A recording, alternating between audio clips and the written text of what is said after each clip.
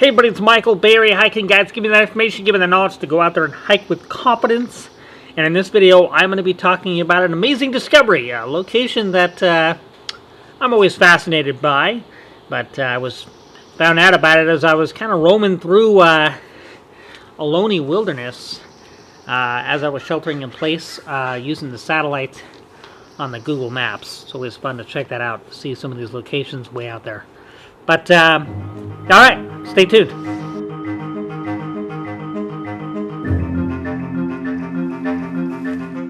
So welcome back. If you're new to this channel, always feel free to like, subscribe.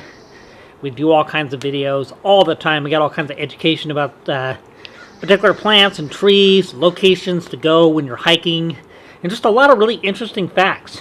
So, we're going to go ahead and talk about an amazing discovery that I made as I was kind of roaming through Google Earth, the Google Maps there, and checking out some of the satellite imagery. But I actually knew about this location before because I was up at Ohlone with Beth.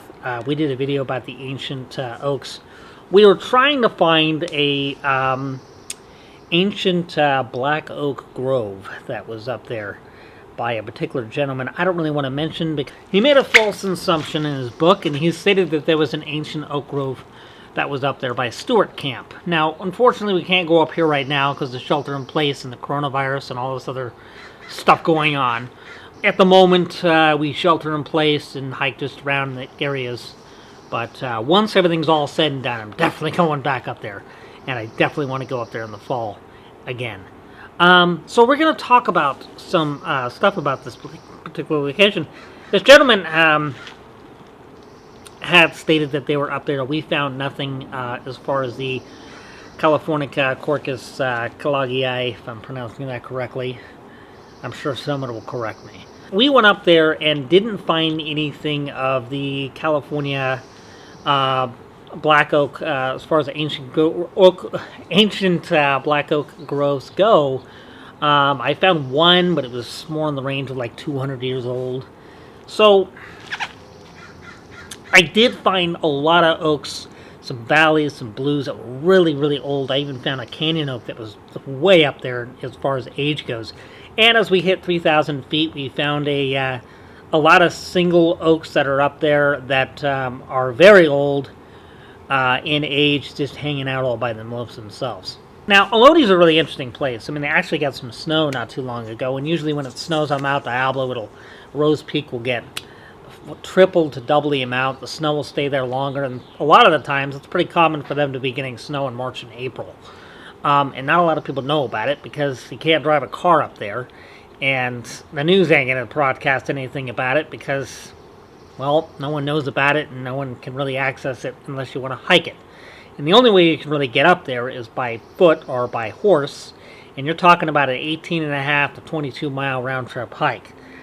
Or you could backpack it, but even that's a pretty intense climb. So that's why I do a lot of these videos, so you guys can go ahead and see all this footage and check everything out.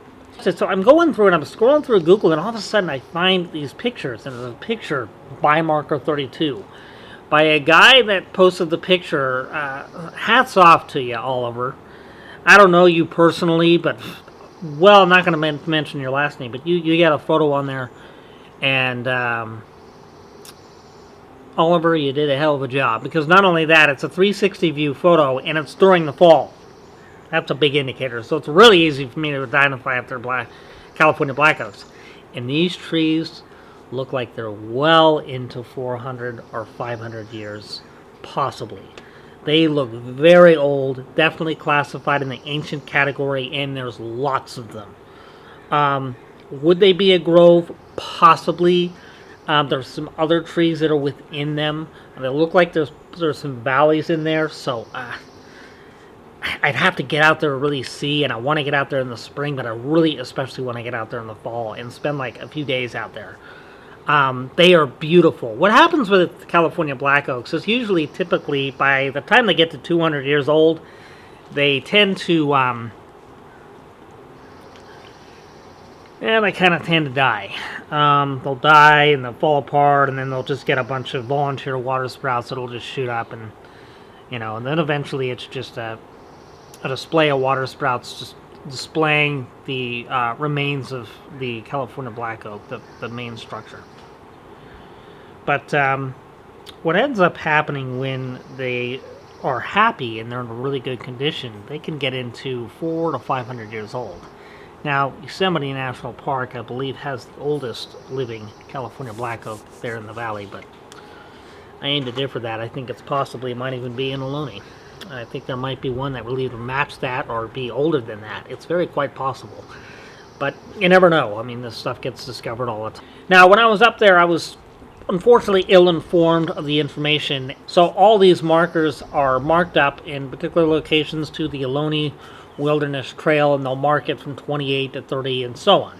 And I use a lot of these markers as ways to kind of determine where I'm located, to easy where locations are particularly at. I go off of markers. So where this guy had stated that the oaks, the ancient black oaks was by Stewart Camp. Well, it's not the case. They're actually by 32. So marker 32 is 1.5 miles away from where I was located. That's a big miscalculation. Beth loves the guy. She likes the guy. She trusts the guy. She likes reading his books. Material, that's fine. I want nothing to do with it.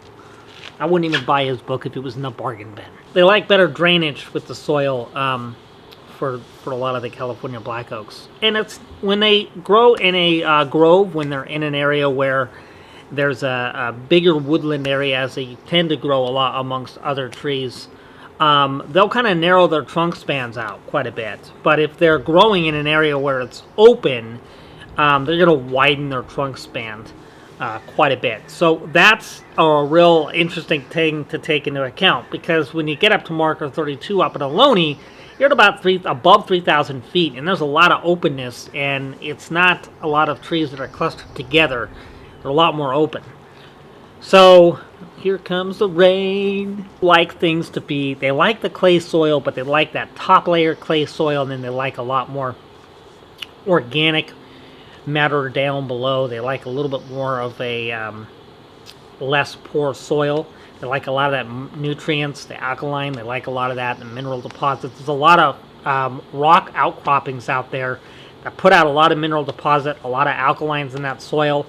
And there's only photo that I have any information on. So I'm going off of one photo. And it'll look to be a lot. So I'm so excited about that. So I will definitely get out there and I will show you guys. I'll go out in the spring, hopefully, and if not, then the fall. The fall for sure, because that's when it really, really takes hold.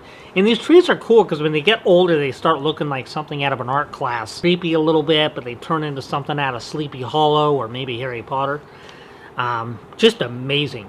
Why do I like black oaks so much? I mean, California black oaks, it's an oak tree for crying out loud. We got California, we got black oaks all over the U.S., right? We got some in Pennsylvania, we got a few in Texas. But why do I like them so much? And I've been to the bristlecone pines, the oldest single structure living tree in the world. I've hung out with those guys for a little bit, spent some time there. And those trees to go back before BC. And they're fascinating, but nothing fascinates me like the California black oaks. I mean, I know we have the redwood trees, those wonderful things that we have here in the state of California, and then it kind of works a little bit into Oregon. But what really gets me with California black oaks is the beauty, the amount of beauty that they have in the spring, the amount of beauty they have in the fall, the winter. They've had a rough life here in California because a lot of people destroyed them. They cut them down. They thought them as weeds. They didn't realize the potential for lumber, but their potential just to allow to be grown out here in California because they're just a massive symbol. There's such a beautiful tree, and there's so many hidden secret things about them that are so mysterious that's why I like them so much. And I just love their pure beauty and how their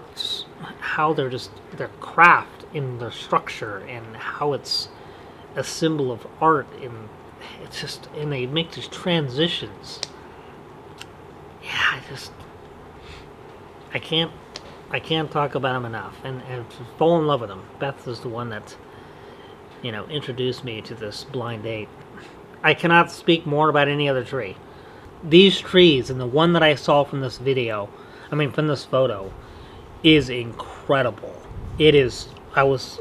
My jaw dropped. And then I had to grab a bunch of books. Then I had to do more reading. Then I had to, like, zoom in from every angle from the picture. Then I had to, like, start counting. Then I had to, I get a little crazy, a little obsessed. I can't wait to go out there. You guys have got to see these trees. Even if you're not able to hike all the way out there, I want to get the footage and show you guys. And because, I'm doing the whole oaks video. We're going to be doing all those videos about oak trees, what we can learn from them. It would be really awesome to do it with the black oaks, with being around those guys and talk about it during the fall. There's so much going on with these trees that's not just happening from what we can visually see above, but also down below. There is a whole bunch of magic down there. And I really want to show and do my best to inform everybody, because it's not just a tree. It's not just something that looks pretty in the fall, or it's not just something that's just, oh yeah, it's there. We're going to go there for shade in the summer just to get under some shade. There's so much. I mean, so much. That's just, I cannot express it enough, and I want to do my best to educate everybody about them, because we can learn so much as a society, as people, more about these oaks, that they have so much to tell us. So, that being said, you guys have a wonderful day. Stay safe. I know all this coronavirus, this shelter-in-place stuff is really hard for a lot of people. It's definitely testing us, but this is a way for us to reflect, or go on Google Earth and look at a bunch of pictures. Hello, rain. This is so great. Okay, you guys have a wonderful day. Take care. Much love.